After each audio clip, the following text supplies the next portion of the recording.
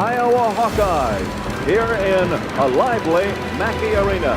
Good evening, I'm Joe Pate, and welcome to the opening game of the 1986 Big Ten season. The Purdue Boilermakers come in with a record of 11-2. The Iowa Hawkeyes have won 10, they've lost 3. The Boilermakers won the Cable Car Classic, and the Hawkeyes lost in the championship game of the Far West Classic. The Boilermakers and the Iowa Hawkeyes. And Bob, it should be a tremendous battle, a great game to begin the new Big Ten season. Well, it should be, Joe. I know both teams are excited and they want to get this thing going. Coach Gene Cady said that the Boilermakers will have to do a job on the boards. They will force the action all over the court, and they'll try to outrun the Iowa Hawkeyes. The Boilermakers' 2 losses to number 1 North Carolina, 73-62. And the other loss was to then-ranked Louisville, number 16, and the loss there was 77-58. And Gene, we appreciate you taking time to visit with us prior to the opening of the Big Ten. I'd like to get first your observations of the preseason as far as the Boilermakers are concerned. Well, we felt like it was going to be one of those years where we'd have a lot of valleys and peaks, but it smoothed out pretty good for us, where Melvin McCants came along and allowed our outside game to become better too. So we probably are ahead of schedule, but you know, barring the injury to Jeff Arnold, Melvin may not have got that opportunity, and that maybe gave us a good break and we didn't even know it. So we hope that we can get Jeff back in there regularly and really give Melvin a rest. So we were happy with the way things went. I don't think you could beat North Carolina, the young team, when we played them. And Louisville was a team that when we played them, we didn't have Melvin and Jeff, either one, really healthy. So it was a tough situation. Probably couldn't have beat them. We had everybody healthy anyway, but it was a good start for us at least. And I think, too, that the game against DePaul was a real confidence builder for your team, wasn't it? I don't think there's any doubt about that, because our kids were really wondering whether they could compete with a top 20 team or not. They did it, and I think it really helped us gain some big confidence, and hopefully, you don't get overconfident and get cocky. So there's a fine line there, as you know. And going up to Alaska, that gave you 3 additional games that you normally would not have had. That was a good experience for the team, too, Certainly wasn't it? was, because I think we played better there than we thought we could, and that helped our confidence, too. And anytime you can play 3 more games than you get allowed normally, it always helps you get some experience. Now, looking at a schedule, you know, some people go out and schedule a lot of patsies. You have 3 teams among the top 20. You beat one of them. How do you look at scheduling for pre-conference games? Well, we try to schedule people that our fans know that are national powers. And that also helps us become better, because it prepares you for the Big Ten. And we like to play some teams that we know we can play a lot of people in the game and get some experience and experiment. And then we like to play half the games or so that we know we're really going to have to play hard to win. So we try to mix it up. And then we try to have a tournament in there where we take a good trip. Now, you have only 2 seniors on this team. They're Mack Gaddis and Herb Robinson. They have roles to play, don't they? They certainly do, and they're 2 fine young gentlemen, and I'm very proud of both of them. I hope I'm still proud of them in March. You know how that goes. But they're both going to get the degrees, and I'm proud of that. And Mack has been a very consistent player for us so far, and Herb has too. It just happens to be that Herb's kind of a bad size, and he goes in and as a utility guy for us, but they're both super people, and I'm very proud of them. So the Boilermakers have about a 1 rebound advantage over the opposition, whereas the Hawkeyes have about 3 or 4. So the Hawkeyes are going to work that board hard tonight too, Joe. And the Boilermakers will, as they have in the past, need to really block out, keep the taller, the stronger Hawks away from there, and get that fast break started if possible, because as Gene Cady indicated, I think they can run the Hawks, and I think the last part of the ball game, Purdue may have a conditioning advantage. Brad Lohaus, 7-foot senior, is jumping against the Boilermakers' Todd Mitchell, and the Hawkeyes come up with the basketball. 14 is Bill Jones, averaging 9.8. Roy Marble, number 23, the team's leading scorer at 13-6. Andre Banks, an average of 10-3. At the top of the key is Al Lorenzen. He's averaging 9.2. This is Jones firing. No. Rebounded.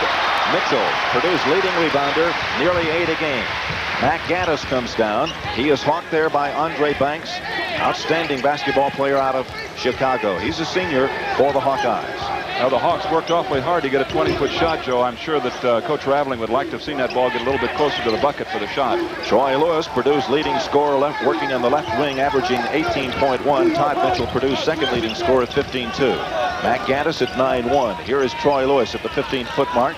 goes off to Gaddis. Gaddis on the drive. The short jumper, no. Battle for it. It's a jump ball, and it'll be Purdue's basketball on the alternating jump situation.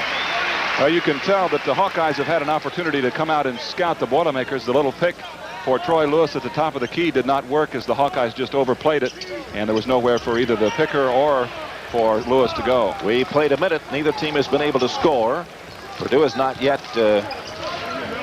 gotten underneath the basket. The wild shot by Iowa outside. This is Doug Lee from 20 feet away. Good. The Boilermakers lead on the basket by Lee. Took them about 1:12 to score. Boilermakers 2. The Iowa Hawkeyes nothing, and Purdue will get on them all over the court. Lorenzen with the ball goes to Andre Banks. Banks into the forecourt, guarded by Gaddis. He lays it off there to Lorenzen. Lorenzen at the top of the key, guarded by Mitchell. Lorenzen, short jumper, trying to tie the game. Off the mark. McCants gets the rebound. That's the second straight. It comes down to Troy Lewis. He's trying to get Purdue a 4-0 lead. Can't get it. Rebounded by Brad Lohaus. Long pass up here. It goes to Lorenzen. Banks, rather. He missed it, and is cleared off there by the Boilermakers, Gaddis, and out front, Lewis with the ball. Good job by Troy to run in front of Jones and cause him to lose concentration on the basket, and he missed it. Of course, it was Gaddis there following the play up to get the rebound. Lee looks to the corner. Underneath. McCants puts it up and in, and Purdue leads by a score of 4-0. Boilermakers getting off the mark with their offense now. Their defense will help them out. Marble comes down. He takes the short jumper. Good. He's the leading scorer for the Hawkeyes, averaging nearly 19 points a game. It's 4-2 Purdue. We played 2.5 minutes of this game. Marble's a great offensive player. You could see there as he went down and had to get creative to get the ball up to the goal, but he had great body control and nice form on the shot. Got it in, and the Hawkeyes finally got on the board. This is the 108th meeting of these two teams. Purdue's won 57. The Iowa Hawkeyes have been victorious on 50 occasions. Todd Mitchell goes outside to Gaddis. Now to Troy Lewis. Wanted to shoot. Lays it off to Lee. Back to Gaddis. Picked up immediately by Andre Banks. Lee with one basket, working on the left wing. Hawkeyes using a matchup zone now, really favoring Troy Lewis. They don't want him to get off the mark tonight if they can help it. 8 seconds on the shot clock. Mitchell with the ball. With 5. Here's Troy Lewis. Shot. It won't go. Lee rebounds and saves it. Goes to Troy Lewis. He gets in the lane. Lays it up there. Walk. No basket. The turnover gives the ball to the Iowa Hawkeyes. The score is 4-2. Coach Gene Cady in his 6th year. He's 113 and 52 at Purdue. Iowa with the basketball. Andre Banks brings it up. Gaddis stays with him as Purdue is in the man-to-man. Lohaus comes out to help. McCants is on him. They go to Jones. Back to Lohaus. Gets into the lane. Takes a giant step and lays it up and in. Lohaus ties the game at 4. 16:23 to play, first half. Lohaus made a good move to the basket using the left hand on the hook. And when you have a 7-footer that can go in like that, it's just almost impossible to stop him. Here's Troy Lewis. Looking inside, there's nothing there. Gaddis gives it out to Mitchell. Back to Gaddis. Needs help. Goes to Mitchell. He takes the short jumper. His first effort. No. Rebounded by Marble. Banks takes it up. Back out to Marble. He's a freshman. It goes to Lorenzen. Feeds it underneath. The ball deflected away. And the ball is kept live underneath. Picked up there by Mitchell. He falls out of bounds. But they say it's forced out of bounds for the Iowa Hawkeyes. We have a timeout. 15:43 to play in the first half. You're watching Purdue basketball on the Farm Bureau Insurance. 60-54, and they lost at Iowa 75-63. Right now we have 15:43 to play here in the first half of this one. And the game is tied at 4-4. This is the opening game of the 1986 Big Ten season. Here come the Boilermakers. The Iowa Hawkeyes may set in a 1-2-2-2 zone as they come down this time. Lee sends it back outside to Gaddis. Gaddis goes to Lee in the corner. He has one of the Purdue baskets. Sends it inside, and on the line is Gaddis, and that's the second turnover for Purdue in the game. And the Hawkeyes have played errorless ball so far. Gene Cady hollering out to his club what he wants him to do. Here it is down low again. You see Mack Gaddis' toe go on the line as the Hawkeyes get the ball back. Here's a walking violation on the other end by Bill Jones, and that's the first turnover for the Hawkeyes. They've been giving up the ball on 18 occasions a game. Well, the Hawkeyes have an interesting defense here, and they're pulling it out now all the way to midcourt. A 1-1-2-1, some kind of a matchup. And what they're going to try to do is to catch someone on the sideline or down the baseline as they did last time, and they'll double up with it. And they've been successful in giving Purdue some problems. It's caused them to slow their passing game down. Thus, the timing is not there to get into their offense and get the shot. He played 5 minutes, and the ball goes off the fingertips of Gaddis. That's the third turnover for Gene Cady's Purdue Boilermakers, who were 20-9 last year. The Hawkeyes were 21-11, but Purdue finished better in the league. 11-7, good for third place. The Hawkeyes were 10-8. That was fifth place. They were a disappointing club last year. Had a hard time getting things rolling. When they did play well, though, they were very hard to hit. Here's Marble and his second basket, and the Hawkeyes have scored 3 unanswered baskets to go up by a score of 6-4. Marble has 4 points. His average is 13-6. We saw just a moment ago Coach Raveling up calling another defense, and he's now changed it to a 2-3 zone, a different kind of a matchup situation, so they'll be doing things a little differently. Here's a steal by Banks. That's the fourth turnover. It comes down here to Jones. He lays it up. By Doug Lee. Here come the Boilermakers as Gaddis brings it down. Troy Lewis in the corner. Lewis gets his first basket, and the Boilermakers have tied the game at 6. All year long, Purdue has used that defense as a catalyst for their offense. That time, a great play by Doug Lee to block the ball as they tried to lay it in, and then they got the basket on the other end from Troy Lewis. This number 23, Roy Marble, the freshman out of Flint, Michigan, looks very, very good out there, Bob. He's an excellent player, and they're really going to have to stay with him. Doug Lee has drawn the assignment. Of course, he's a great defensive player. Here's Banks, long range. It hit Mitchell in the face. He got it right back. 3-on-2. Gaddis, Lee, Gaddis, and he's fouled. And the big man, Lohaus, is guilty of the foul. We're going to have a substitution now for the Hawkeyes. Number 20, Jeff Moe, 6'3" sophomore out of Indianapolis. Brebuff is in. And we're going to have a timeout now called for the Hawkeyes with 13:36 to play in the first half. You are watching Purdue basketball on the Farm Bureau Insurance Basketball Network. The Boilermakers and the Hawkeyes are tied at 6.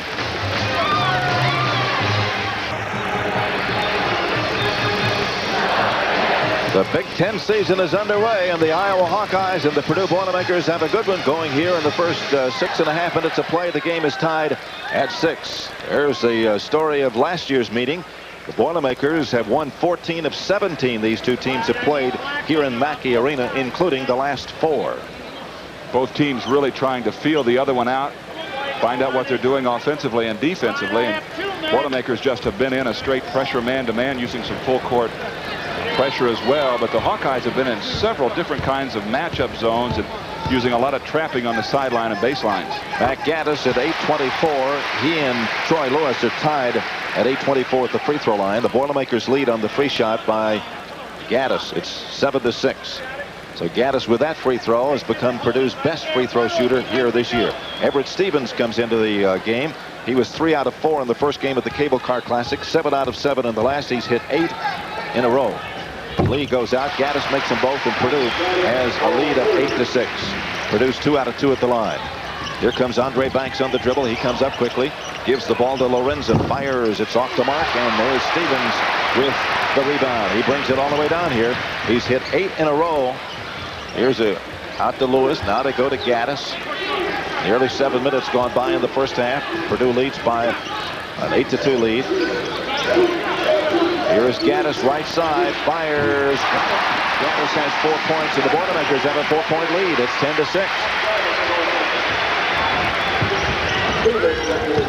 Moe in the corner. Brings it outside. Lorenzen with the ball. Mitchell is on him. Purdue's in a man-to-man. Here's Andre Banks. Comes outside. Here's Marble. He's hit 4 points. Now he's got 6 and 3 baskets. That cuts the lead 10-8. 12:40 to play, first half. Well, the Hawkeyes in another defense. The point man is Banks, and then back to Moe. They've got the 3 men back under the basket, and they'll be looking for that trap again.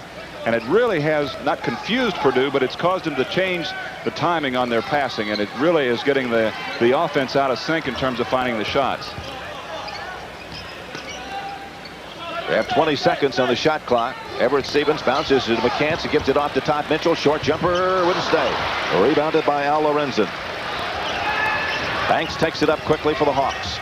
Gives it to Lorenzen. He lost it. Goes after it. It hit the toe, however, of Todd Mitchell and goes out of bounds.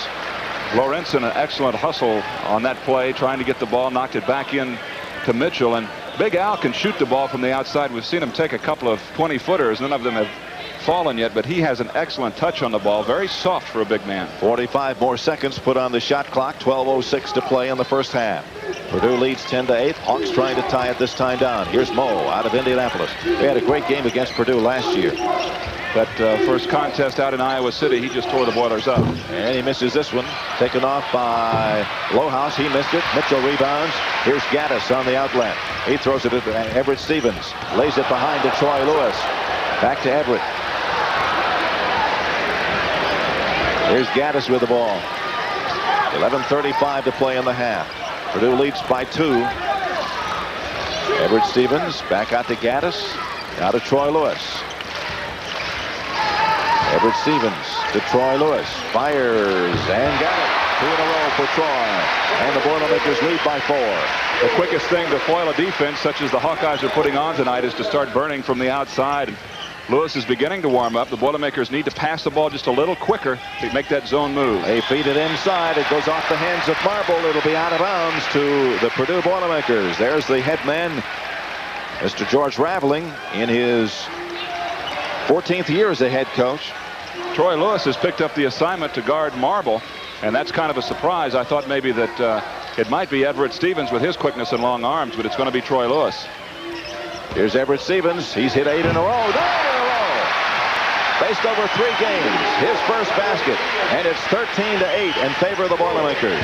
All the way down is Banks. He didn't get it, but he's fouled by Everett Stevens. His first foul on Purdue. 1 foul in Iowa, and we played nearly half of the first half. This is great quickness shown by Banks. I think he really surprised Everett as he went by, and Stevens came back to get the block, but there was body contact. He committed the foul, and I think maybe he'll have a little more respect next time down for the speed of Andre Banks as he just blew by Everett out about the top of the key. Banks at the free throw line will shoot 2. He's 20 out of 35 this year. Is able to get his first point of the night. The Hawks are 1 out of 1, cutting the lead 13-9. And have a substitution for the Hawks. Number 3, Gary Wright, who normally starts for the Hawkeyes, 6'8" senior academically, junior athletically comes in. He's from San Bernardino, California. He'll change the mix of the physical ability of Iowa on the inside. Excellent board man, a great leaper, likes to play defense, and he can score, but most of his scoring will come from the inside. Here's Troy Lewis, throws it inside, and it is stolen away by Jeff Moe, and that's 5 turnovers for the Boilermakers. Very difficult pass to go across the defense as they threw it right into the strength. Troy Lewis battles for the loose ball on the floor, and he hit it last. The 2 number 23s, Lewis and Marble, were going after it, and it goes out of bounds to Iowa. George Raveling in his 3rd year as the head man at Iowa. He's 44 and 29. Spent 11 years at Washington State. Boilermakers now using the zone defense, a 2-3 off the out of bounds, which they do most of the time. This is Banks, looks inside, nothing there. Comes outside to Moe. He'll fire from inside the circle. It's short. Battle for the rebound, and it'll be Todd Mitchell getting the ball. Deflected away, and Mitchell gets it, and goes off Mr. Moe and out of bounds. Good effort by Purdue. Boilermakers did an excellent job of blocking off on the backboard, because what you saw, and I don't know whether we'll see it here or not, no, we're after that part of the play, but here's the hustle shown by Mitchell as he knocks the ball off of Moe. But what the Boilermakers did is they had a triangle into that basket, and the ball fell right in the middle of it because the Hawkeyes couldn't get to it. Back to live action now, and Everett Stevens, Troy Lewis, and Mack Gaddis are the 3 guards. McCants and Mitchell along the front line. 9:45 to play in the first half. Purdue by 4. And after 9 in a row, Everett Stevens misses 1. Here is Lorenzen in the circle. Feeds it inside. Gary Wright stuffs it in. He's got the basket that pulls the Hawks back within 2, 14-12. And we talked about it a moment ago as Gene Cady calls the play for his Boilermakers. Wright is a super inside player, can really muscle, and he just muscled his way free under the bucket. Your host is Farm Bureau Insurance and its nearly 700 agents in the state of Indiana. Here is Stevens laying the ball, getting away, and that's 6 turnovers for Purdue. Banks brings it back. Moe with the ball. The Hawks trying to tie it. Almost a double dribble there by Banks. Lorenzen with the jumper. It's off the mark. It's rebounded by McCants. The outlet goes to Gaddis. Gaddis driving down. Stops. Lays it off on the left side. And Purdue throws it away. Hurrying too fast. 7 turnovers. And Lee is going to come back in for Coach Gene Cady. And the Hawks will also make a substitution. And number 54, Brad Lohaus, is going to come back in for the Iowa Hawkeyes. One team or the other could warm up a bit. They could really run off with this game because neither one of these ball clubs are really that sharp offensively. They're kind of struggling as the defense is really got the offenses stalled. Marble lays it off to Banks. Lohaus comes outside. Here's Gary Wright firing and scoring, and that's his second basket. And this game is tied at 14 as the Hawks have scored 6 unanswered points. 8:35 to play. We're in the first half. That turnover situation that you just saw there on the screen is very vital. 7 turnovers for Purdue. They average only 14 a game. This is Lee looking inside, comes back out to Gaddis, long range, and it wouldn't stay. McCants takes it off, goes in, foul on Gary Wright. His first, second on Iowa. The other is on Brad Lohaus. Purdue has 1 foul. That's on Everett Stevens. Boilermakers still just a little bit hesitant in the offense to make the quick pass and the cut. They're faking the ball once and looking around, and by that time the zone defense has had a chance to shift. The only way to beat that shift is to pass the ball quicker than they can move. A little more than 8 minutes to play in the half. Stevens goes to McCants, turns around. It's deflected, but into Mitchell's hands. Up, no, but a foul. And it'll be on Lohaus. That'll be his second, and that's third on Iowa. Melvin felt the pressure of the big man being in close as he fired that one nearly over the basket. But it was Mitchell there to get the rebound. Lohaus committed the foul, coming back out. 2 on the big man, and I know the Hawkeyes would like to keep him in the ball game. 8:10 remaining here in the first half of play. Todd Mitchell at the free throw line, shooting .728, second highest on the Purdue team. Gets his first point of the night, and the Boilermakers regain the lead by 1. Purdue's 3 out of 3 at the line. As tight as the game is tonight, every free throw, every rebound is going to be vital because these two teams look like they're going to have a battle right down to the end. 2 out of 2 for Todd Mitchell. The Boilermakers lead is 16-14. The Boilermakers 4 out of 4 at the line, leading 16-14. A little more than 8 minutes to play. Moe takes it into the forecourt. Comes back outside to Andre Banks. It's deflected by Everett Stevens. It is hit. Jump ball. It'll be Iowa's basketball. Probably a good call by the official under the basket. It's very difficult to tell who really had their hand on that ball. Well, Coach Gene Cady said the Purdue's would have to get after Iowa on the boards, and they're doing it so far, 14-6. But the Boilermakers have had problems handling the basketball. 7 turnovers to the 2 for the Iowa Hawkeyes. They've tried to create some situations under the basket that haven't worked out for them as the Hawkeyes are swarming back inside. The guards especially have done a good job for Iowa getting back into the defense. Moe had a steal earlier. I think Marble knocked the ball away. Jones has knocked the ball away a couple of times. And, of course, Andre Banks has been a very important part of that defense. It'll be Iowa's basketball underneath the Hawkeye basket. As B.J. Armstrong is checked in, number 10. He's a freshman out of Detroit. Ball comes in, and outside with it is Jones. That's B.J. Armstrong. Here's Marble. 2 Armstrong. Another freshman. So 2 freshmen are out there for the Hawkeyes at the moment. Lohaus sends it out to Jones. Nice move and a basket by B.J. Armstrong. And that ties the game at 16.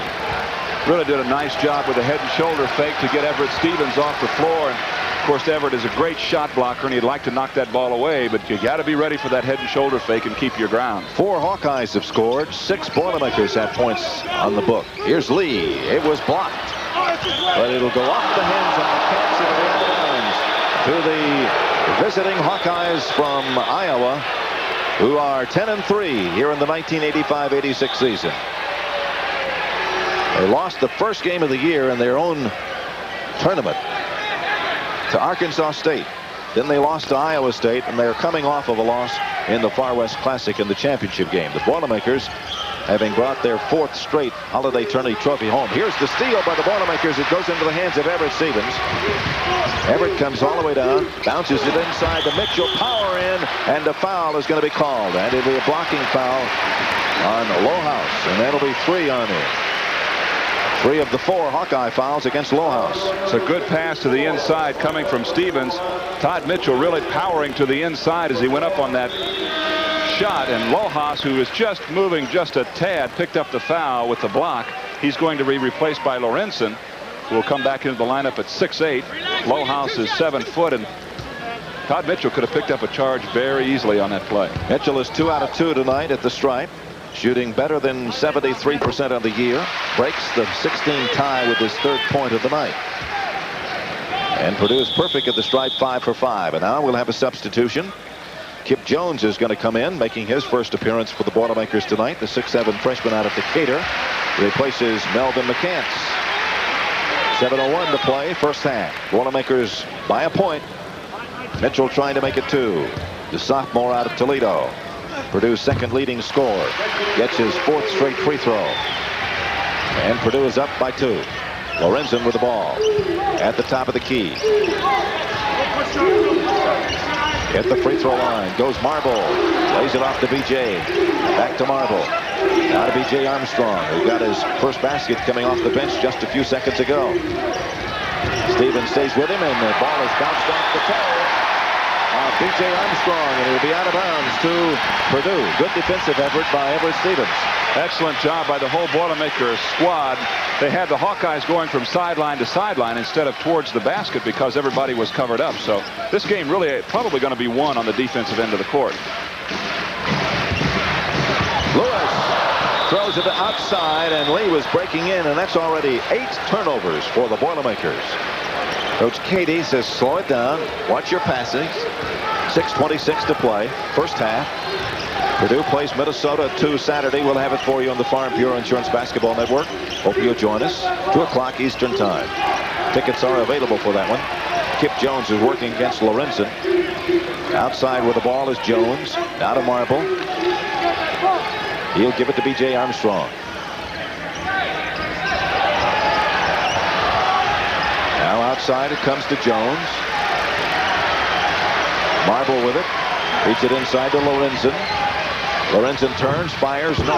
Battle for the rebound into the hands of Kip Jones. Through the hands of Mitchell.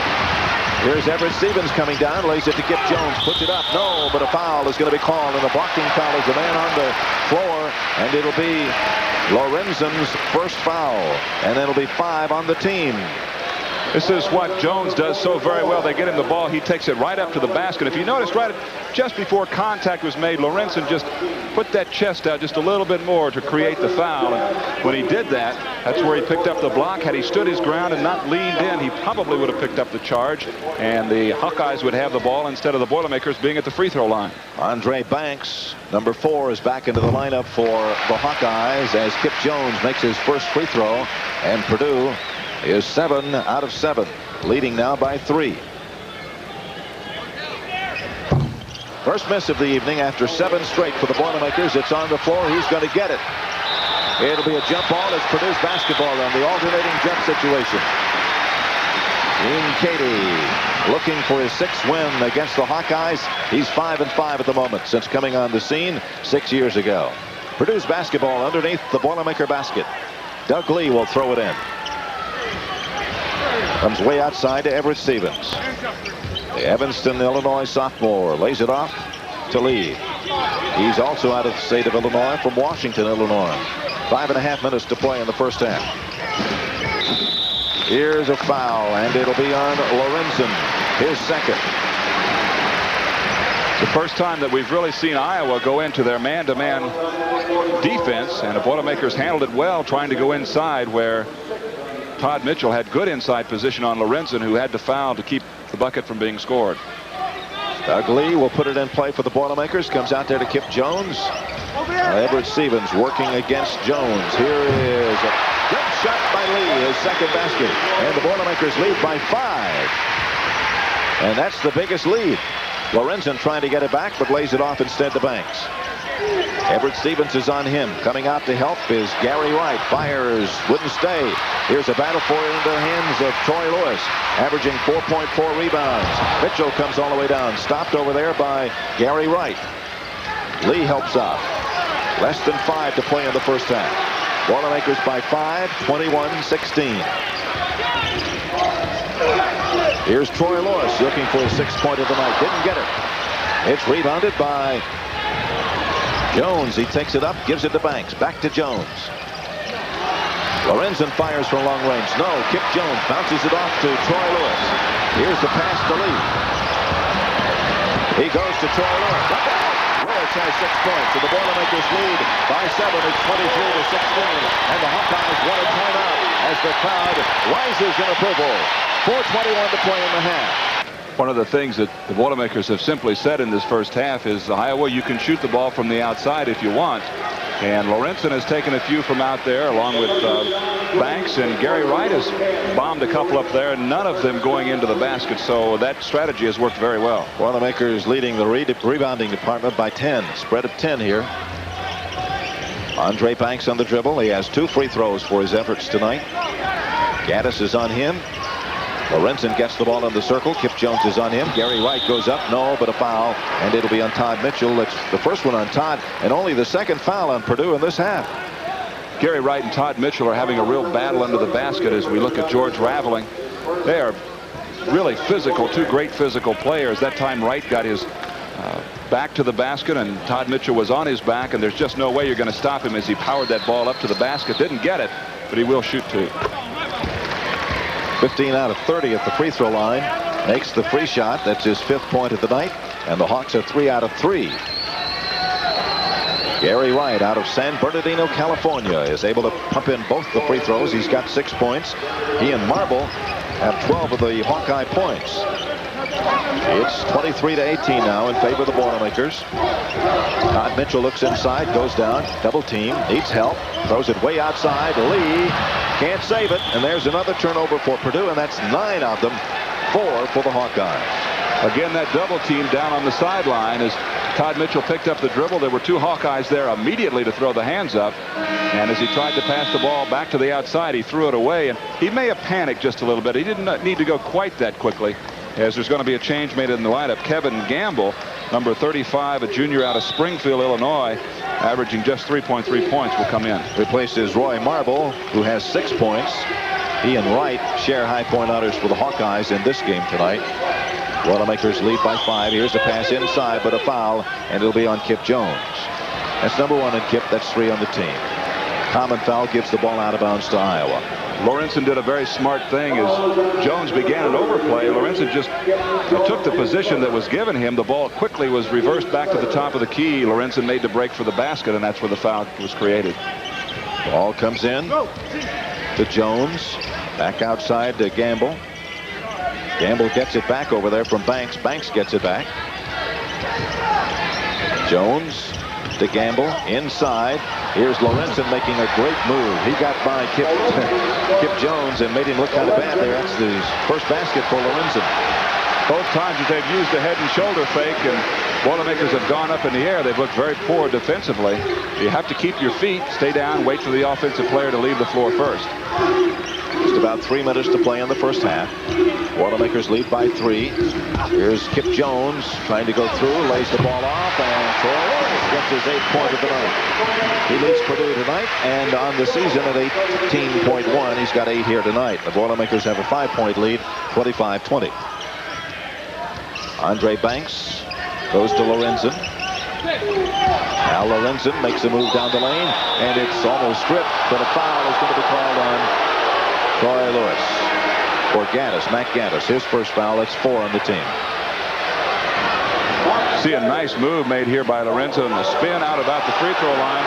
There you see the reach inside by Gaddis, knocks the ball away, and from the reaction of the crowd, I would guess that they're going to give him 2 shots. He was not in a shooting motion. He was still down on the court, as we saw on the replay. The official said he was shooting it, so it looks like he's going to be at the line for 2.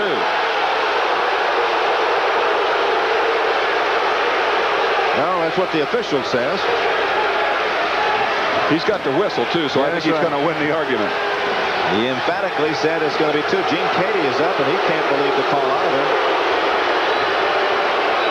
Here's Lorenzen at the line, fires it up, and he got it. His 3rd point, and the Hawkeyes are 5 out of 5 at the line.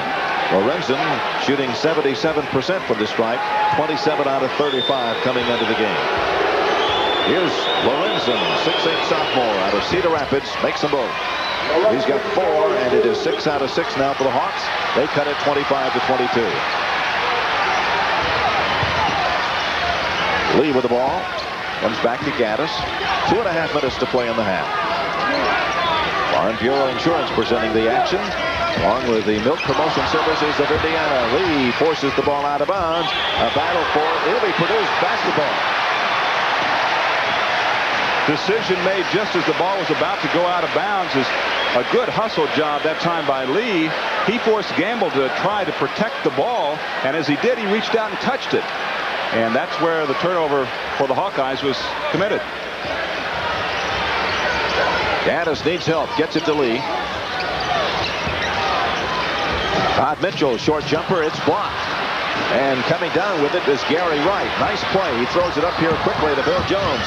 Jones will bring it back outside. Purdue leads by 3. 2 minutes to play. Purdue's getting ready to make a substitution. Kip Jones will be coming back in. Lorenzen with the ball. Bounces in there, turns, fires. He didn't get it. The battle for the rebound. And Lorenzen saves it, but he throws it into the backcourt. And it'll be to Purdue's basket. Wait a minute. Now we got it right. No way they were going to let that one get away. I think he meant to call it for Purdue all the way. It just pointed in the wrong direction. Here goes the ball out of bounds. Lorenzen throws it the length of the court. And it will go out. It will be Purdue basketball underneath their own basket. Leading 25-22 as it's number 23, Roy Marble, the freshman, coming back in. Gamble will go out. The officials are Gary Muncie, Phil Robinson, and Bill Herzog. Here is the ball inbounds to McCants. McCants and Jones are back into the lineup for the Boilermakers. Lee outside. We have 1:35 to play in the first half. Purdue leads by 3. The Boilermakers have been up by as many as 7. They trail 6-4. Lee, long range. It's good. He's got a half a dozen. And the Boilermakers lead by 5. It's 27-22. Doug Lee, in addition to his defensive ability, has really picked up his offense here in the last couple of weeks, shooting from way outside. Oh, a nice pass underneath, but the shot is missed by Wright, but it is tipped in, and the tip in will be by Lorenzen. He's got a half a dozen. It's 27-24 in favor of Purdue with a minute to play here in the first half. Gaddis looking for help. Troy Lewis goes off to Kip Jones. He makes a move, but he walks. 10 turnovers already for the Boilermakers. Substitution, 25. Ed Horton, 6'8" freshman out of Springfield, Illinois. He's Mr. Basketball from Illinois last year. Well, I didn't see the extra step on that play. It depends on how quickly he put the ball to the court, whether or not he traveled. The official said he did. Iowa has the basketball, so that must be the way it's going to go. 35 seconds on the shot clock, 43 on the game clock. Here's Marble, fire, scoring! Nice play by Marble. He's got 8. He leads Iowa in scoring, and that cuts the lead to 1, 27-26.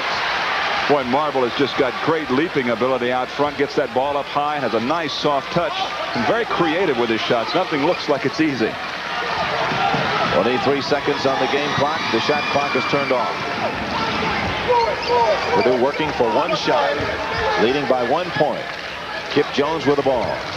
Gives it out there to Lewis, knocked away by Banks. Out of bounds Purdue, 11 seconds to play. This position, the Boilermakers want to make sure they do, in fact, get the last shot, go in with a 27-26 lead, or 3 points should they hit that last basket. They do not want to turn the ball over and create any momentum for Iowa. Doug Lee will put it in bounds. Got to get it in quickly. Goes to McCants. Back to Lee. Bounces into McCants. Shot is no good. And the Hawks come off the ball with it. And a fouling violation gives Purdue the ball back with 4 seconds. And 6 turnovers for Iowa. Ooh.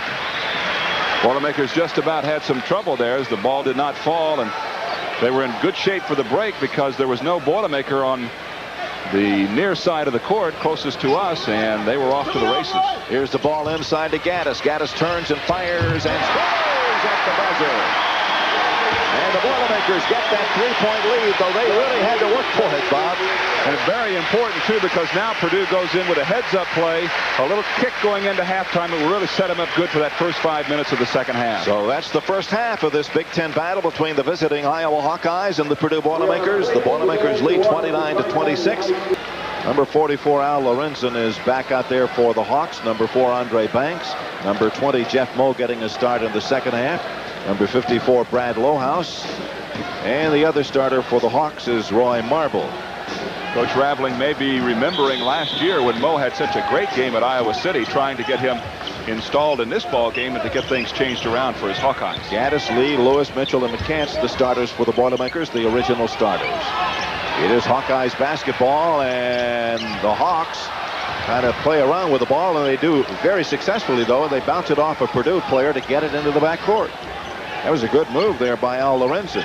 He really hustled well, a big 7-footer out at center court to save that ball for the Hawks. 20 seconds on the shot clock. This is Marble going down. He walks with the ball. At 6 turnovers for the Iowa Hawkeyes, and they throw it away first here in the second 20-minute portion of the game.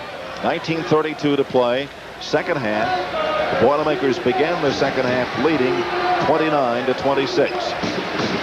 Again, the matchup zone. It was a 1-2-2 for a moment. Now it drops back into a 2-3 as the Boilermakers are down to their offensive end of the court. Lee with the ball, ran off and left it. That's 11 turnovers for the Purdue Boilermakers. Well, there are two coaches on the other side. There's Gene Cady and George Raveling wondering, what are my basketball teams doing with that ball tonight?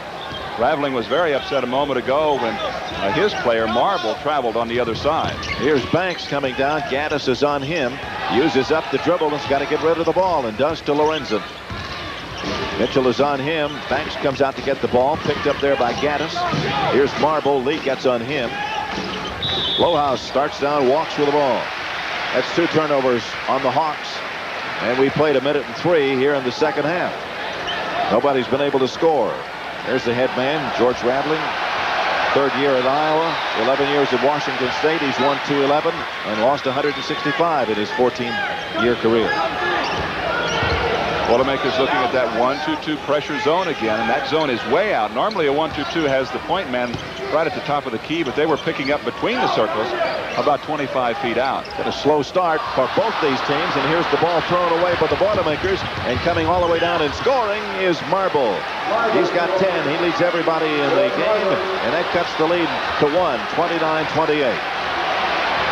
The team is playing with too much intensity here in the first 2 minutes of the second half. It's been a long, long time away from the books, and you sit in your dorm room and you just can't figure out quite what to do, and you can get real stale, and both of these clubs do look stale here tonight. I haven't seen Purdue look this flat in a long, long time. Here is Lee going to McCants. Turns, shoots, no, foul. It'll be on 54, Brad Lohaus, and that's 4 on him. That's the first on the Iowa Hawkeyes here in the second half. Here comes the pass to the inside, and I think they're going to call that foul on Lorenzen instead of on Lohaus, and it could have gone against either one of them as they were really banging on the inside. A good quick move by McCants going to the bucket, and the Boilers have not been able to get that ball down into Melvin very often. Well, that gives 3 for Lorenzen and 3 for Lohaus, and Melvin McCants goes to the free throw line. He'll shoot 2. Purdue 7 out of 8 at the line. Speaking of stale, we didn't get back from the Rose Bowl till 6 o'clock this morning. Not much sleep, right? Not very much at all. You like that red spot on the top of my head. 3 points for McCants, and Purdue is 8 out of 9 and leading now 30-28. Melvin McCants, the freshman out of Chicago, is able to make both of them. And the Boilermakers regain the 3-point lead. Here's Moe with the ball. Lorenzen bounces it to Lohaus. Off to Banks. Starts in. Stopped there by 2 Boilermakers, McCants and Gaddis. Here's Moe setting it up again on the right wing. Here is Lohaus firing. No. Battle for the rebound. It's picked up there by Mitchell. 4 on 2. Troy Lewis down. Gets into the lane. Tries to throw it under. McCants saved it and will come back outside to Troy Lewis and out of Gaddis. Neither team has much confidence in their ability to shoot the ball. Very hesitant in looking for the shot. If somebody can just get hot like that. Lee didn't get it. Troy Lewis gets it and doesn't get the rebound. Pulled off there by Lohaus. Here come the Hawks, and down here all alone was Jeff Moe standing there. They saw him through it, but the Boilermakers were lucky to get back on that one. Good hustle by Mack Gaddis as he gets all the way back down the court to try to stop Lohaus. The official says he fouled him on the court. There will be no shooting violation on that. I thought maybe we might see the new rule come into play there, where it would be an intentional foul, and that's what Coach Raveling is asking for. He's saying, hey, you know, I should get 2 shots and the ball out of bounds. But he doesn't, and we played nearly 3 minutes of the second half, and the Boilermakers leading by 3. That was the spread at the beginning. Here's Marble firing, and he's got a dozen. He leads everybody on the floor, and he cuts the lead to 1. It's 31-30.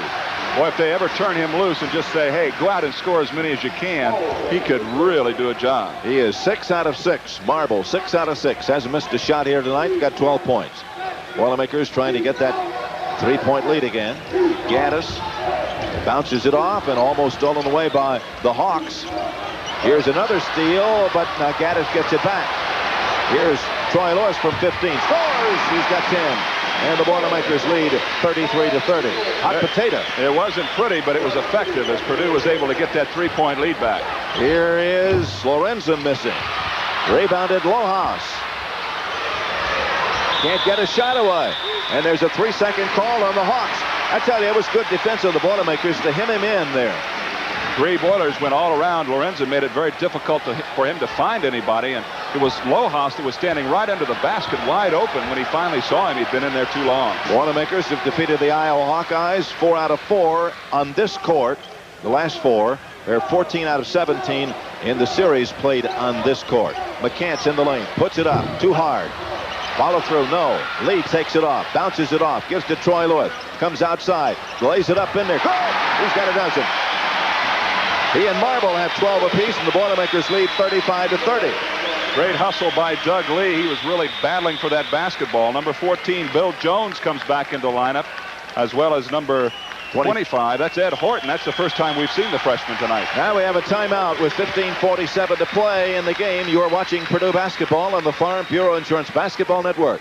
The Boilermakers lead the Hawkeyes from Iowa 35. Marble leads the Iowa Hawkeyes with a dozen points here tonight. Troy Lewis also has a dozen, and he got the last just a few seconds ago as he got into the lane and laid it up and in there, and he's got 6 field goals for 12 points. Did you see Roy Marble up in the air trying to block that shot? Boy, he can really get off the court. It's Iowa's basketball. It'll be put in play in the Hawkeye backcourt. It comes in there to number 14, Bill Jones. Jones working against Lee. Purdue leads by 5. Hawkeyes with a very quick lineup in there now, not going with much size at all. Lorenzen at 6'8" is the biggest man on the court. This is Moe, needs help. Gives it to Horton.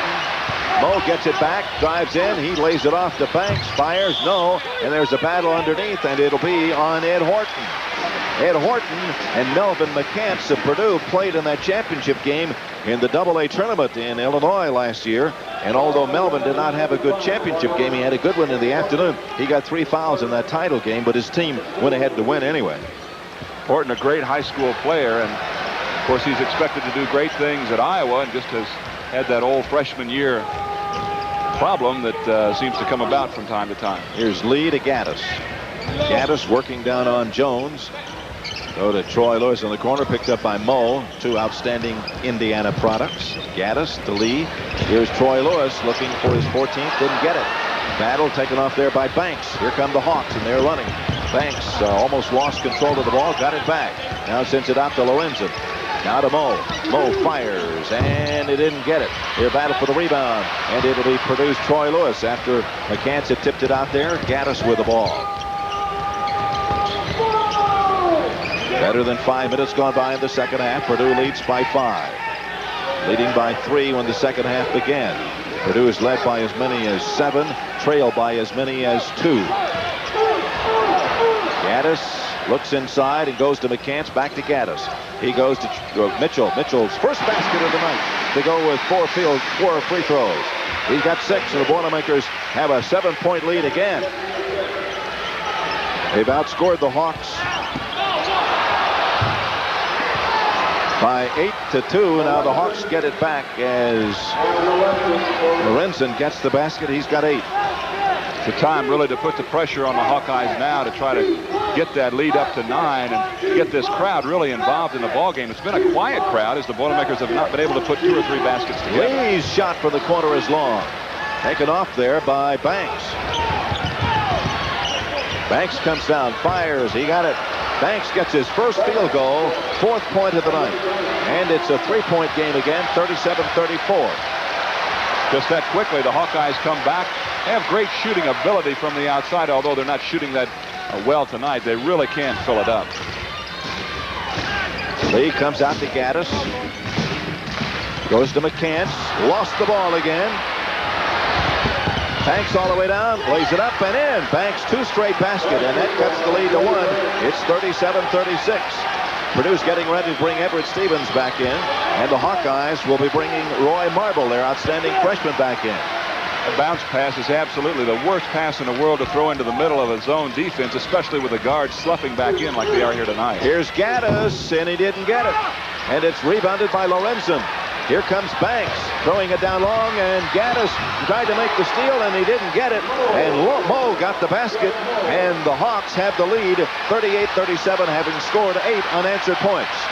Hawkeyes really exploding now, and the Boilermakers need a timeout. And they get it with 12:37 to play in the game. You're watching Purdue basketball on the Farm Bureau Insurance Basketball Network. The Purdue's trail the Hawks by 1. There's Troy's little brother, Little Lewis. He's thinking about going out and helping the Boilermakers out here tonight. They're not having such a great time of it right now, as the Hawkeyes just ran off 8 in a row to lead by 1, 38-37. And Purdue now will have to come back and try to get their offense going again. They've been keying it off of the defense, but all of a sudden the defense fell apart. Everett Stevens is into the lineup now, and Gaddis is out. Everett Stevens backing in on Jones. Bounces off to Troy Lewis, now to Everett Stevens. Here's another steal by the Hawks. Now the Boilermakers get it back, and Troy Lewis almost lost the ball. 4 men are on him. Gives to Lee, up and in. Lee has 8, and the Boilermakers regain the lead. Great hustle by Purdue, and Lee seems to be the guy always on the scoring end of those plays when it becomes helter-skelter and scramble time. Lorenzen with the ball, gives it over to Banks. Now we got a foul away from the ball, and Troy Lewis is guilty of it, or Mitchell. One of them put the hand up. Let's see, it'll be Mitchell. Mitchell's foul, that'll be his second. That's the second on Purdue in this half. The other was against Gaddis. Now, this game has been foul-free from both sides of the court. Iowa really hasn't gotten anybody or any great number of fouls, although they have a couple of fellas with 3. Banks with the ball, Lee's on him. Outside, Jones with the ball, now back to Banks. Back to Jones. Jones sends it to the baseline, and a foul on the arm. And it'll be Mitchell's 3rd foul. 2 of them here in this last few seconds. It's a pass down into Lorenzen. He's a great player down low. You could see the elbow contact. He did get his hand on the ball, but the forearms met. That's where the foul was committed. And Iowa all of a sudden is playing with a lot of confidence down low, getting the ball where they want to for a change. Boilermakers had them all torn up and shooting the ball from the outside. Now they're going inside. There's Lorenzen's 9th point of the night, 3 out of 3, and the Hawks are 7 out of 7 at the line, and this game is tied at 39. As a team, the Hawks shoot .686. And it is 8 out of 8, and the Hawks lead on the 10th point of the night for Al Lorenzen. A 1-point lead for the Iowa Hawks. Here's Everett Stevens. Sends it down to Lee. Lee's in trouble, now gets through. Bounces it off, and the ball is loose on the floor. Who's going to get it? Of a jump ball. It's Purdue's basketball on the alternating possession. Purdue is not very crisp with its passes outside. And they aren't very crisp anywhere on the court with their passes, Joe. It's really an understatement. They're looping the ball. They're using the bounce pass again. They try to get the ball through the zone defense. And with the guards with this kind of quickness, there's no way that bounce pass is going to work. It's going to get picked off every time. Now we're going to reset it underneath there. 11:32 to play in the game. Here is Lee looking for help. Goes to Lewis in the corner. Comes out to Everett Stevens.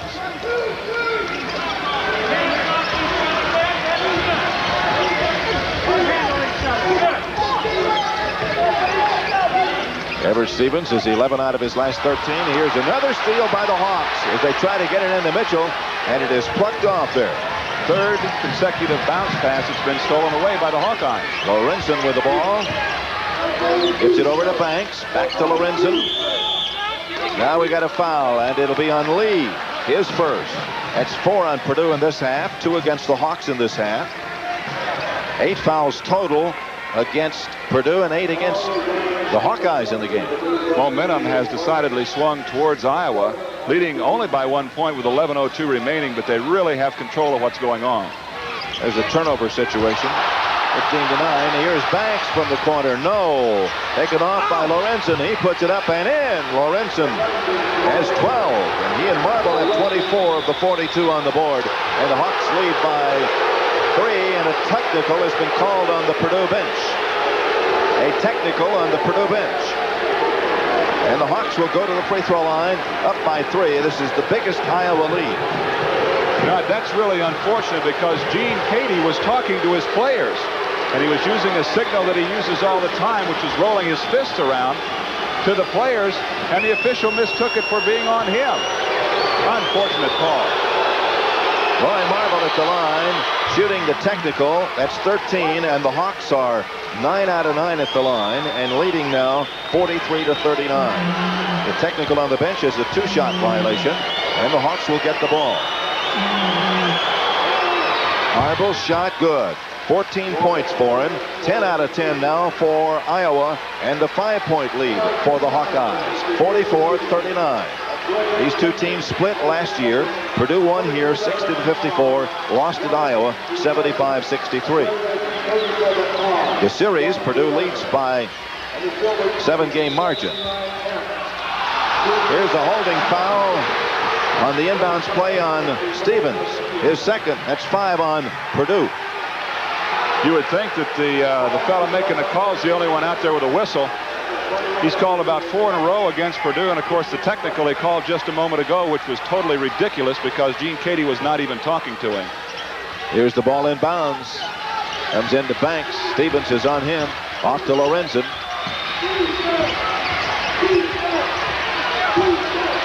Marble comes outside and gets the ball. Banks looking inside for Horton. Here's Lorenzen from 15. He got it. Lorenzen has 14. His average is 9.2. And it is another 6-point spread.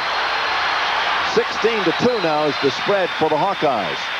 Now, just a moment ago, Purdue was up by 7. Now the tables are turned, and the Boilermakers have got to get back into this ballgame in a hurry.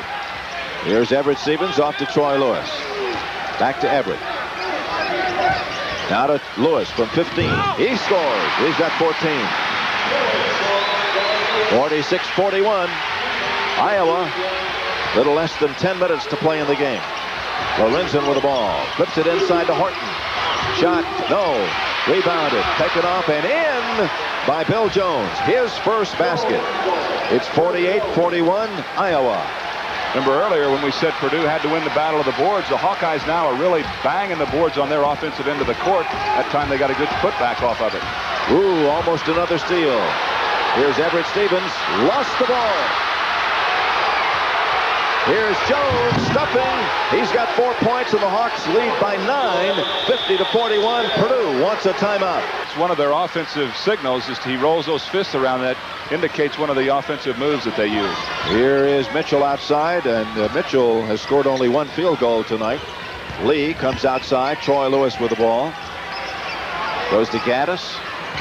Now to Mitchell. Now to Lee. Fits it inside, and here's the pass to Mitchell. He tries to go up, and Banks strips it. Comes all the way down, and a walking violation will nullify the basket by Bill Jones. 17 turnovers unofficially for Purdue, 10 for the Iowa Hawkeyes. One too many steps for Jones as he goes to the basket, and the intensity level in this game has really turned around. A moment ago, it was kind of a lackadaisical, let's take it easy kind of a game on both sides. The Hawkeyes got red hot and jumped out to a 9-point lead, and Purdue's fighting for their life. And the difference in the second half is Iowa has 8 rebounds and Purdue 4, 19-11 in the first half, right? Here is almost a steal by Andre Banks. It'll be out of bounds to Purdue. Hawkeyes really doing a fine job of seeing the passing lanes and then anticipating what Purdue's going to do with the ball and cutting in and stealing that ball away. The guards especially have done a fine job. Here's Mack Gaddis with the ball. He's got 6 points on tonight's game. Here's a pass inside to Melvin McCants. No, but a foul is going to be called on Horton. The second one on Ed. 3 on the Iowa Hawkeyes. First time Purdue's been able to get the ball down low. This time they find Mel way down. There you see the contact. Horton commits the foul. The ball won't fall. Melvin will have to go to the line for 2, and these are all important. 2 out of 2 tonight on the year. He's 35 out of 64. That was coming into the game for 55%. He has 1 field goal. Purdue is down 41-50. Here's the shot up and good. 3 in a row for Melvin McCants. 5 points, and the Boilermakers are 10 of 11, but the Hawks are 10 out of 10. Here's Melvin, the Chicago freshman, firing up, and 6 points for him. And it is now 50-43. Boilermakers down by 7. Lorenzen give it over underneath, and going for an easy basket is Mr. Ed Horton. His first for the freshman. Boilermakers are having a tough time finding their men defensively, and the Hawkeyes are moving that ball very, very well now. Boilermakers are getting ready to bring Herb Robinson in. Gaddis with the ball with 8 minutes exactly to play in the game. Here is Lee coming out, putting the ball up, but won't fall. Mitchell takes it off, up, no. Battle for it, Mitchell again, puts it up, it wouldn't fall, but Mitchell will go to the free throw line. There is a foul called on the Iowa Hawkeyes. It'll be on Roy Marble, I think. Oh, 25. A real battle under the bucket to try to get that ball. It comes back to Mitchell, and he still can't make it go. Horton gets the foul. Horton, the man on the scene. There he is, freshman. Todd Mitchell goes to the free throw line. Purdue again down by 9. They need the free throws, but they've got to put the defensive stopper on the Hawkeyes. Mitchell is 4 out of 4. He has 7 points in tonight's game, and Purdue is 12 out of 13, cutting the lead 52-44. Hawkeyes are perfect at the stripe tonight. Mitchell makes them both. He's got 8. And we're going to have a substitution. Herb Robinson is into the lineup. And going out is Todd Mitchell. Robinson, the man to come in for Purdue to try to get this crowd riled up. He's a favorite here in West Lafayette. And this crowd has been sitting on their hands thus far. The Boilermakers haven't given them anything to cheer about. Here's Bill Jones on the dribble. Troy Lewis is with him. Jones stops, gives it off to Marble. Looks inside to Horton. Horton can't get free, can't get away from McCants. Banks comes out. Gaddis stays with him. 7.5 minutes to play in the game. Banks stopped over there by a double team with Gaddis and Lee, and now we got a foul here, and it'll be on McCants. He fouled Horton. First foul on McCants. 6 on the team. Well, you don't want to get the Hawkeyes into that 1-and-1. Gene Cady calls for defense number 4, and the Hawkeyes still are able to get that ball down to that 15-foot level. Purdue's been playing with it out at about the 20 to 22-foot level, not being able to penetrate inside into the scoring area. That's a Hawks basketball. Banks looking to throw it in, and does. Gets it out there to Bill Jones. Lorenzen with the ball. He's the team's leading scorer tonight. He and Marble with 14 apiece. Here's Horton, and a walking violation. That's the 11 turnovers. The ball goes to Purdue. And Gene Cady is asking for the crowd to get into the basketball game. And they respond. Let's see if the team does. 52-45 in favor of Iowa. Here come the Boilermakers. Here's Gaddis into the forecourt. Over to Robinson. Out to Lee. Troy Lewis fires, didn't get it. Here is the ball pulled off by the Hawks, 3-on-1. All the way down, Banks, didn't get it. Followed through by Horton, no, foul on the game.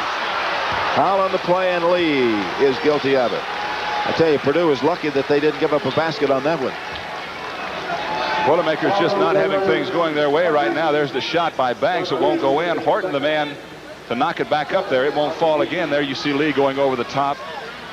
Should be Horton at the free throw line, unless they're going to put Marble there. They're saying it was Marble, but I believe it was Horton, number 25. Now Horton is coming out there. Horton is 15 out of 32, and Marble is 49 out of 60. A little bit different. Iowa hasn't missed a free throw tonight. 10 out of 10. Leading 52-45. Horton, the freshman out of Springfield, Illinois, fires and didn't get it. That's why they didn't want it at the free throw line. Lee gets the rebound. First miss of the night for the Iowa Hawkeyes. Again, the crowd responds. Here is Lee into the lane, lays it up. Great move by Lee. He's got 10. And the Boilermakers are back within 5. 52-47. Here's Lorenzen, gets into the lane, lays it up too hard. Ball is into the hands of Gaddis. Purdue 3-on-1. Here is a drive, an offensive foul on Robinson. Offensive foul on Herb Robinson. Good opportunity that time. 3-on-1 for Purdue to pull up at the free throw line. We'll take a look at it again. Here they are. Robinson needs to stop right at that line and make Banks come in and do something about it. And then he can feed off down low to Gaddis or to Lewis. He decided to go on in. Banks made the good play, and the Boilermakers lose the ball. Here come the Hawkeyes. On the dribble is Jones. Uses up the dribble now. Got to get rid of it. Goes to Horton. Horton shoots over McCants. McCants blocks it. Now they say McCants got him on the arm. His second foul. And the crowd doesn't like it. Neither does Coach Cady. And neither does McCants.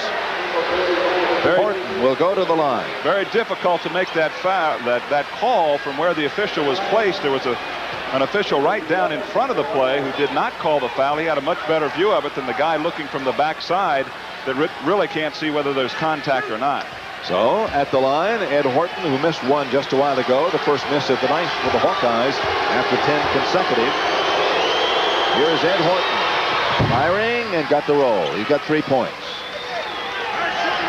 11 out of 12 now for Iowa, and a 6-point lead at 53-47, 6:13 to play. Purdue's getting ready to bring Todd Mitchell back into the lineup. Horton misses. Lee rebounds. Lewis takes it up the near side. Gets into the lane, bounces it off to Herb Robinson. Back to Gaddis. Now to Lee. Drives. Throws it out. Throws it away again. Now a foul is going to be called on the Iowa player on the floor.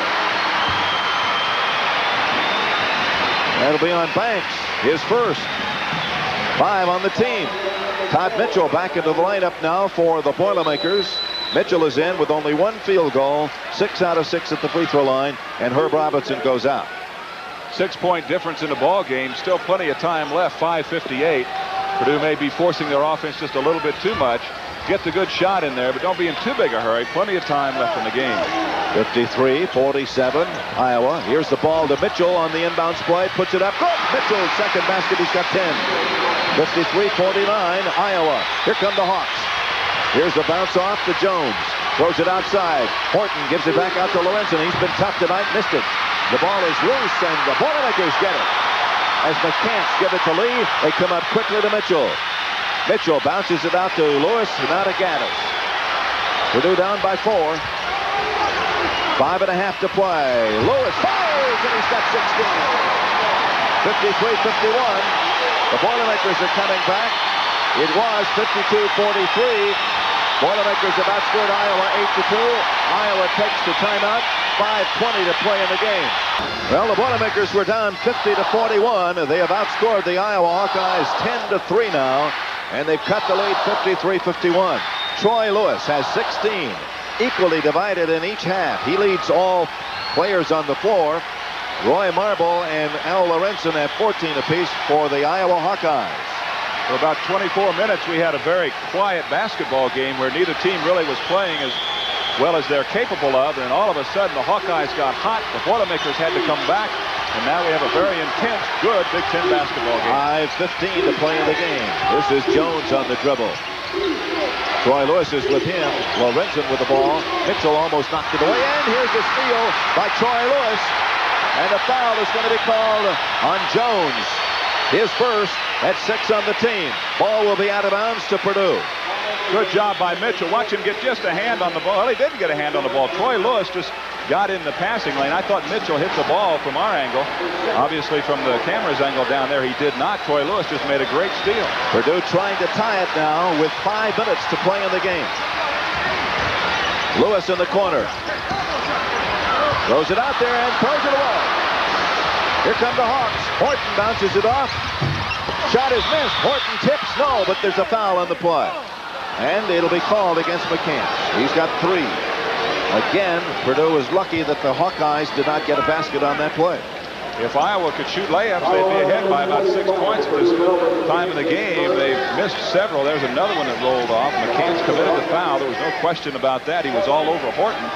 And from Purdue's standpoint, there couldn't be a better guy on the floor to be shooting free throws at this point. Horton is not a good free throw shooter, about 47% on the season. He's 1 out of 3 tonight.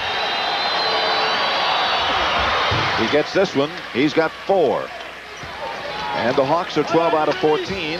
The lead is 54-51. You ever notice how the players with great credentials, and Horton has great credentials, really come through when they're needed? And he got them both there. He's got 5. And the Hawks gain a 5-point lead, 56-51. 4:40 to play. Lee to Gaddis. Throws it down to Mitchell. Out to Lee. Now to Gaddis. Bounces it off to Lewis. And he wouldn't stay. Battle for it. Pulled off by Marble. Banks brings it down. That was a big offensive series for Purdue. They need to really come back with a defensive stopper now. They can't let Iowa get up by 6. Horton fires. No. Rebounded by Troy Lewis. Gets better than 4 a game. Gaddis all the way down. Lays it off to Lewis. He fires. He's got 18. 56-53. Iowa. 4 minutes. 2 seconds to play in the game. Not much question about the Purdue offense. It's give the ball to Troy whenever he's open and let him shoot it in. Lorenzen with the ball outside. To Banks. Gaddis is on him. Purdue in a man-to-man. Here's Horton. Bounce it in inside. The ball is loose. Lorenzen can't get it. Battle for the rebound. McCants got it. Purdue trying to tie. Gaddis comes down. To Lee. Back to Gaddis. Mitchell with the ball. Ooh, be careful about going in. The Boilermakers have lost it a number of times inside. Hawkeyes really have a lot of hands when that ball gets close to the basket. 3.5 minutes. Here's Troy Lewis. Can't shoot it. Throws it out. And the ball is kicked. It'll be out of bounds to Purdue. It's a toughie tonight. They're going to be that way in the Big Ten. 2 coaches very active on the sidelines. 3:24 to play in the game. Purdue down by 2. Here is Mitchell. No good. Lee follow for good. Game time. Lee has a dozen. Boilermakers have come back from a 9-point deficit to tie the game. Lorenzen with the ball. Comes outside. Losing it was Marble. Got it back. Here's Jones with the ball. Lorenzen stole it away. Here's Purdue. Gaddis going for the basket to put Purdue ahead. His first basket of the second half, and the Boilermakers lead 57-55. Hawkeyes with the ball. Lorenzen with it. Bounces it inside. Horton sends it outside. Here's the shot. Good by Jones. He's got a half a dozen. And the game is tied at 57. 2:34 to play in the game. It's been a game of streaks from the outset. Both teams really now are on top of their game, playing pretty well. They're still turning the ball over way more than they should. I have Purdue with 20 and the Hawkeyes with 13. Here is Lee. No. Battle for the rebound. It is picked up there by Horton. He throws it down to Jones. 3-on-1. Jones had it deflected away underneath. There's a foul, and it'll be on Mitchell. Not much choice there, though. It's about all he could do was to try to knock the ball away. They had a great 3-on-1 break here and just couldn't make the pass, much as like Purdue did a moment ago. As Gaddis did a job defensively. There you see Todd Mitchell coming in, committing the foul. Troy Lewis also back finally. As the Boilermakers tried to get the rebound at the other end, it was Doug Lee who momentarily had a finger on it, but just couldn't pull it back. Banks will be at the line, shooting 57%. The Hawkeyes are 13 out of 15. Banks at the line, his 3rd try of the night, 2 out of 2, trying to break the 57 tie. It was a 2-shot violation, 2:06 to play. Again, Banks, senior from Chicago. Didn't fall through. Finally fell in there. 7 points for him, and the Hawks lead by 1. It's 58-57. 14 out of 17 at the line for the Hawks. Purdue's 13 out of 14. Exactly 2 minutes to play. Lee in trouble. Gaddis with the ball. 150. Lee back to Gaddis. Gaddis lays it to Lee and stolen. Here's a long pass. Banks saved it. Goes for the basket. He got it, and he's also fouled by Gaddis. His third. Banks with 9. And the Hawks lead by 3. And a man at the line. Tough break for the Boilermakers as they throw that long pass down. Banks with a great speed picks it up, puts it in the bucket. There's the foul. As Gaddis committed that one at the other end, he was just a tad bit out of control as he went down the lane, got up in the air, and had to make a decision at that point what he was going to do with the ball, and the Hawkeyes took it away. Banks 3 out of 4 at the line, a total of 9 points, got 10 now, and the Hawks are 15 out of 18 and lead by 4. Purdue with a minute 40. Here's Lee bringing up. Goes to Gaddis. Now to Troy Lewis with 18 points tonight. Here is the ball thrown away by Purdue. It'll be out of bounds to Iowa. Hawkeyes have come up with a defense that really has bothered Purdue all night long. Every time the ball goes to the sideline, there's a double team, and it's really caused Purdue lots of problems. Banks with the ball.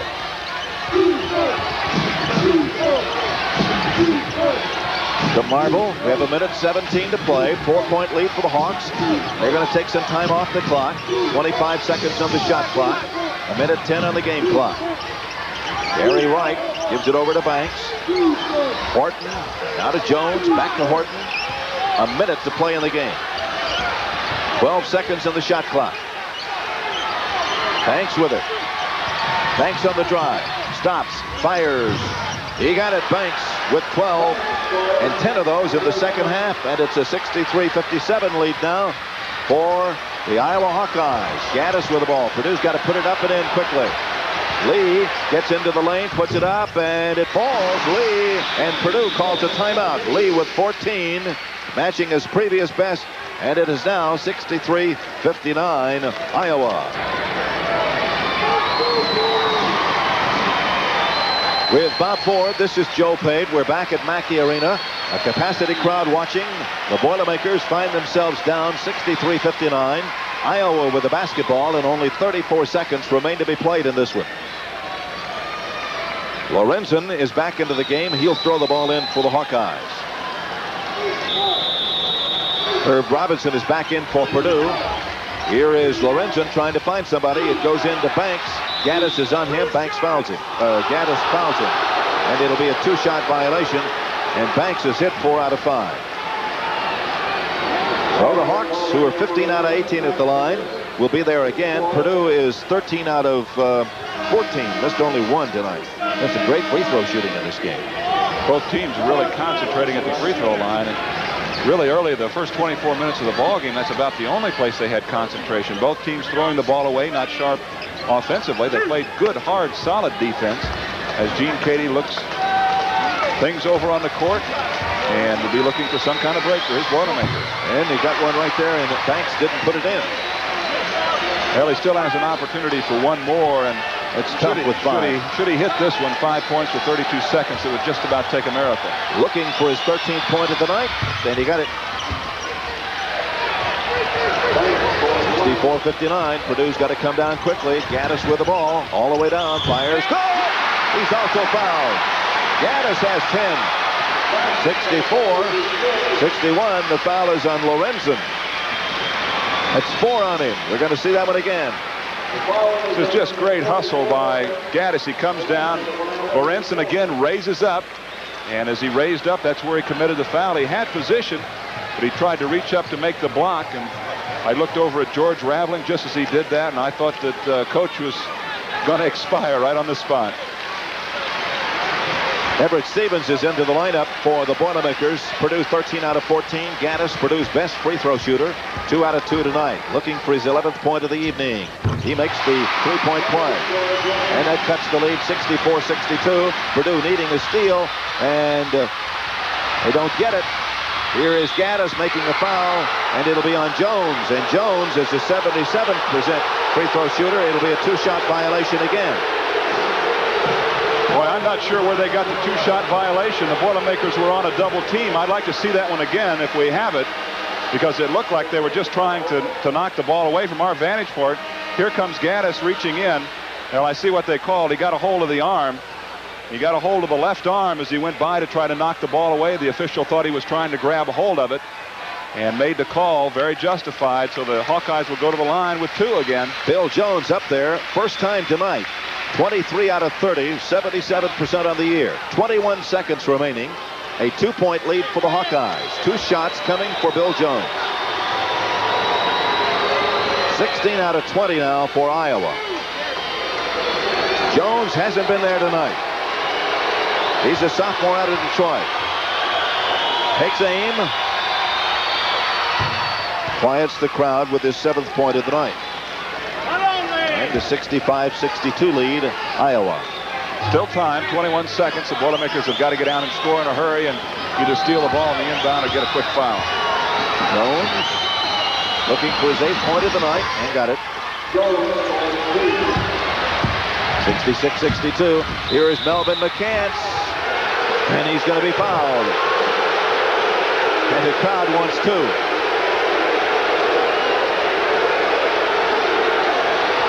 Right with the basket, or with the foul is second.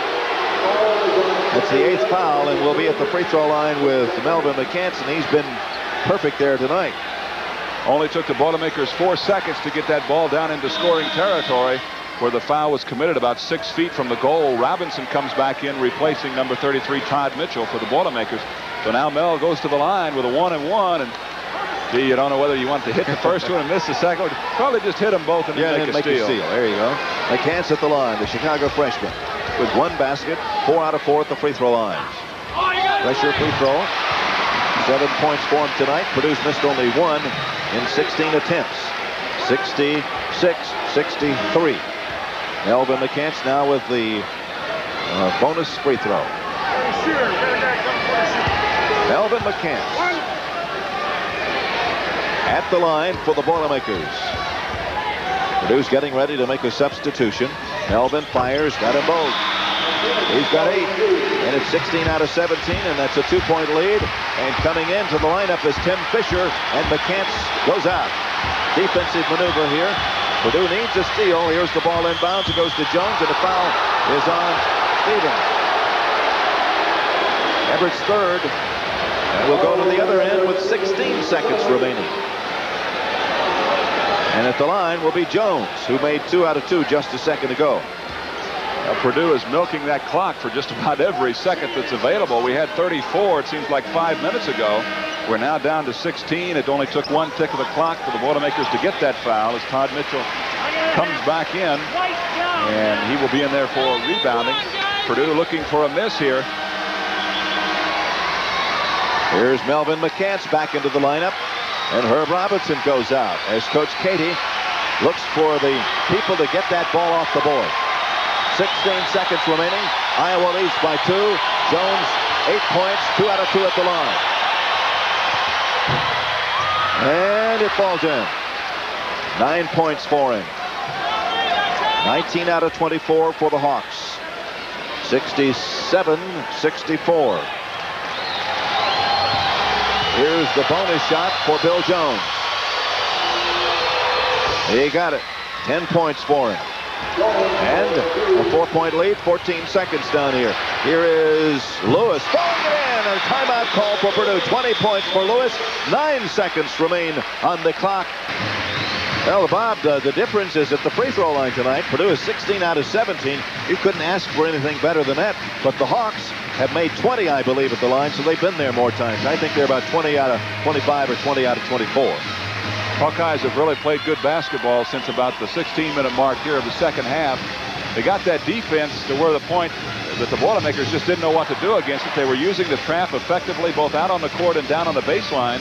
Purdue continually threw the ball away, and the Hawkeyes just grabbed it and went down the court. I think at one point you had it marked down that they had outscored Purdue 20-4 in that period, coming from that 9-point deficit to getting 9 points ahead. So here they need a quick foul or a steal on the inbound play, and the Boilermakers are looking for a miracle. They've got a quick defensive team in here. The Hawks need to get the ball in. They do, and here's Lee going to be fouling, and it's, well, the official went with 2 fingers and he changed it to 1. Lee is guilty of the foul.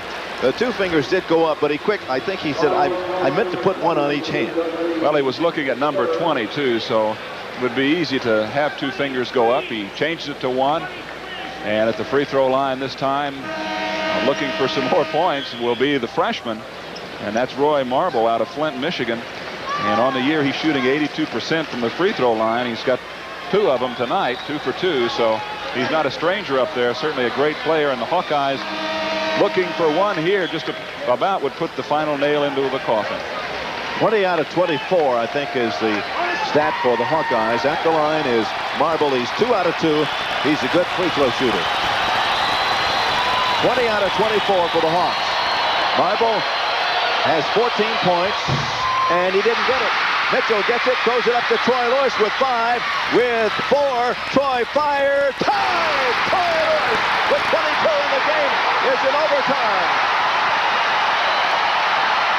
Oh, what a comeback! Unbelievable that the Boilermakers were able to get that back in here. 14,123.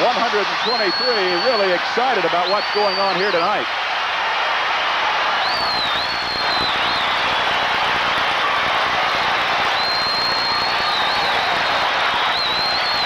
There were 6 seconds, I think, when the ball came off the board. We might want to take a look at that one again as Todd Mitchell got the rebound, only the 5th miss of the night for the Iowa Hawkeyes. It comes out to Troy Lewis. He brings it down, and what a shot. He takes it from about 7 feet away, puts it in. He's got 22, and we've got an overtime. Well, the Boilermakers knew exactly who to look for, and that was Troy Lewis. He's been hot here in the second half, and we're looking at, 14 points for Troy here in the second half as he's hit from the outside and the inside. They got the ball to him quickly. He went right down the court, got the shot up in the air, and it was not an easy one. He was covered up. He had to arch it way high, knocked it home. The Boilermakers have tied it at 68. And just before the game, Joe, I was talking to one of the officials, Gary Muncie, and he said, you know, we haven't had many close games that I've officiated this year. And all of a sudden, we got lots of close ones. Mrs. Lewis, another little Lewis there. Really proud of what Troy has done. 22 points, 14 in the second half. And we'll have an overtime period of 5 minutes. And the crowd has shifted, I believe, the momentum at the moment. Well, the crowd is really into the ball game, as you can hear. And that helps the Boilermakers as they are now coming from off the floor to try to win this Big Ten battle. And it's an all-important one. You need to get off on the right foot. It would be a great win for Iowa should they be able to beat the Boilers here at Purdue. Here is the jump to begin the second or the extra period. Mitchell jumping against Horton, and we'll jump it again. It took a second. Tremendous amount of contact up in the air as these two guys really go at it. Maybe we can see it on this second tip. Here is Purdue getting the ball as Everett Stevens will bring it into the forecourt. Lee, Stevens, Lewis, McCants, and Mitchell. Here is Mitchell giving it back to Everett Stevens. He didn't get it. The battle for the rebound goes out of bounds. It'll be Purdue's basketball. Woo! We have to remember that just before the overtime period started, that Mack Gaddis fouled out of the contest during that fouling period as Purdue was trying to get back into the ball game, so they're going to play without their senior leadership. Here's the ball inbounds, almost thrown away. Purdue picks it up. Melvin McCants throws it outside. Ooh. The ball now is starting to roll towards the Boilermakers when it's being bobbled around. Purdue's picking it up now. Here is Mitchell. Didn't get it. McCants does. Only his second basket of the game with 10 points, and Purdue leads by a score of 70 to 68. Here is Banks with the ball. Goes inside to Marble. Here is Horton. No, but a foul, and it'll be called on Melvin McCants, and he has 4. Well, the Boilermakers can't afford to lose Mel McCants inside. Here's the throw back out. Horton with the shot. McCants swipes at it. A lot of contact as he knocks Horton to the court. McCants picks up the foul. Horton, as we said earlier, not a good free throw shooter, although he knocked down 2 in that critical last 2 minutes that kept the Hawkeyes ahead. Now he'll have a chance for 2 more. 3 out of 5. 5 points tonight, and he got the roll. He has 6, and he's hit 3 in a row. That is 21 out of 26 now for Iowa at the line. Purdue is 16 out of 17. The next one is also good. That's 7 for Horton. And 22 out of 27. Game is tied at 70. We're in the overtime period, and we played 55 seconds of the extra 5-minute period. Everett Stevens with the ball to Troy Lewis with 22-14 in the second half. Here is Mitchell, didn't get it, battle for it, and it'll be pulled down by Lorenzen. Here comes Banks. Here is Jones to Banks to Lorenzen. Beats it inside. Here's the short jumper. No. Battle for the rebound. Loose. Mitchell gets the ball. Game is tied at 70. And they got a hurt player. Doug Lee is hurt. They have an official's timeout with 3:34 to play in this one. Boy, if this is indicative of what the Big Ten is going to be like, you better hang on to your TV watching guide. Well, I think you're exactly right with what the Big Ten is going to be like this year. Anybody can come in and do a job, and these two teams were very flat for about 24 minutes, and then all of a sudden they caught fire. As Doug Lee will go out, he's replaced by number 32, Herb Robinson. Lee will get his win back, most likely be in the ball game. Lee has 14, matching his previous best as a Purdue Boilermaker. 70-70 is the score. Herb Robinson to Everett Stevens. Ooh, don't drag that foot there, Everett. Robinson goes to Troy Lewis. Underneath, bounced it off his toe. 24 turnovers for Purdue, 14 for Iowa. 3:16 to play. We're in the overtime period. Iowa's basketball. Banks against Everett Stevens. Everett can swipe that ball away from you before you know it. This is Marble coming out.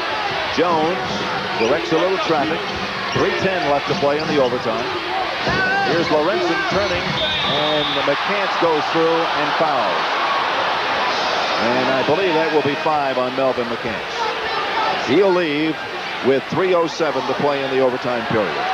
Here's the play again just a moment ago. Todd Mitchell was in good shape there to block that shot. McCants came back trying to help out and picked up the foul, putting Lorenzen at the free throw line. And Purdue really doesn't want to put the Hawkeyes up there because they have been very, very tough on that line. Doug Lee is going to come back in. I'm not sure what they are talking about over there. The two coaches are going to be brought in there. And now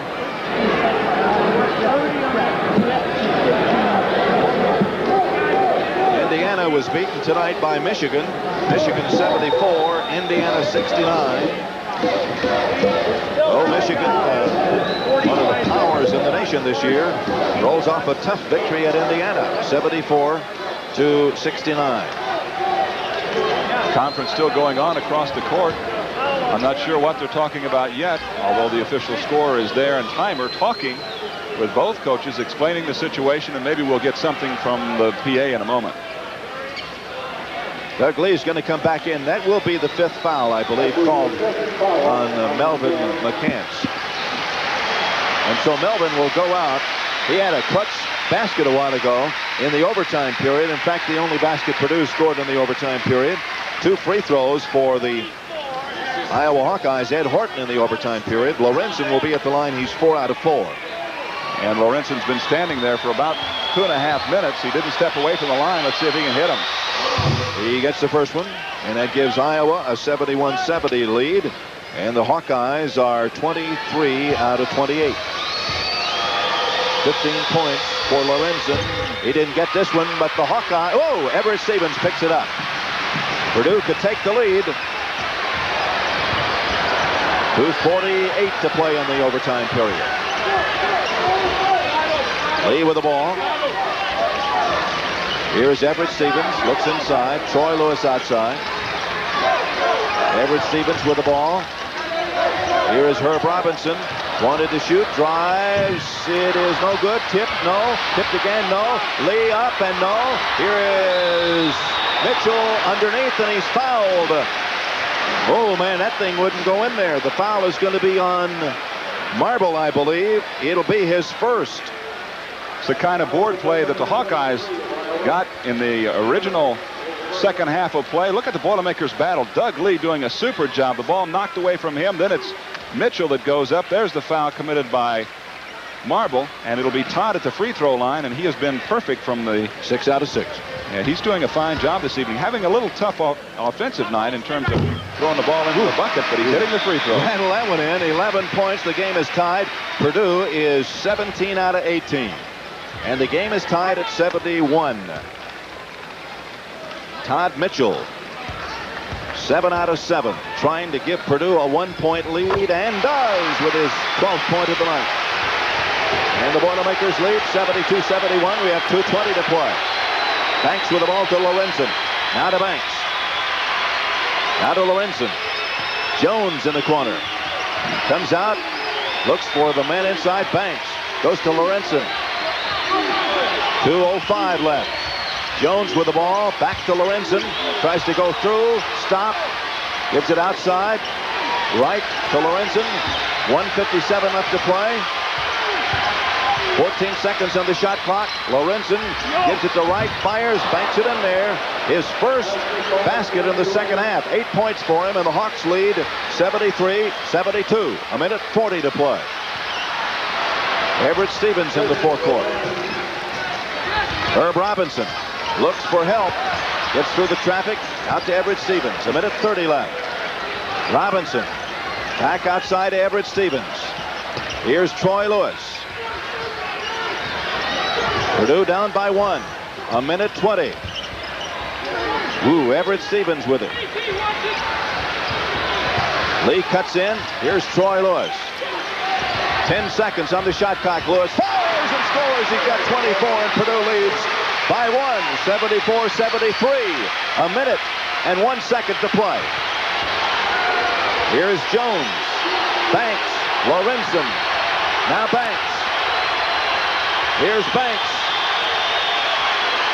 50 seconds left, 29 on the shot clock. Lorenzen goes inside. Horton with the ball. Lays it up. No. Battle for the rebound. Who's going to get it? Purdue. Everett Stevens with the ball. 39 seconds left. Purdue leads by 1. Here is Lee. Goes to Lewis with 30 seconds. Here is Everett Stevens with the ball. 28 seconds. Lee with the ball. Here's a foul, and it'll be on Jones, his second. And Lee will be at the line, shooting nearly 67%. Hasn't been there tonight. Purdue's missed only 1 free throw in 19 attempts.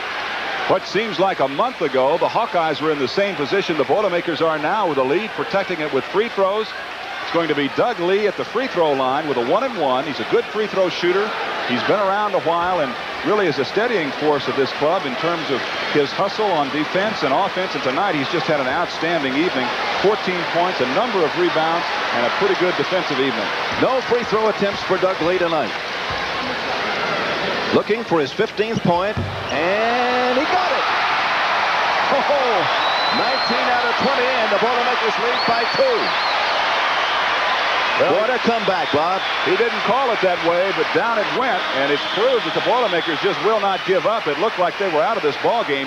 Moe comes back in, number 20, replacing Horton, number 25. Lee still has one more, and a 3-point lead to look awfully good at this point. 19 out of 20 for Purdue at the strike. The Hawks are 23 out of 29.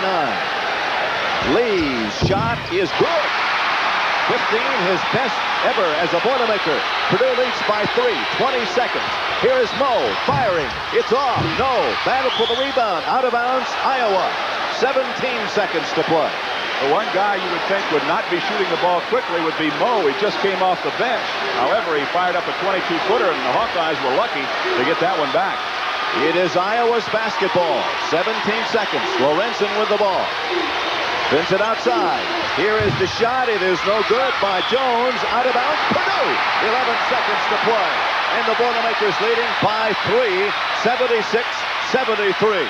Well, what a comeback by Purdue to get back in this ball game. Here is Everett Stevens coming up.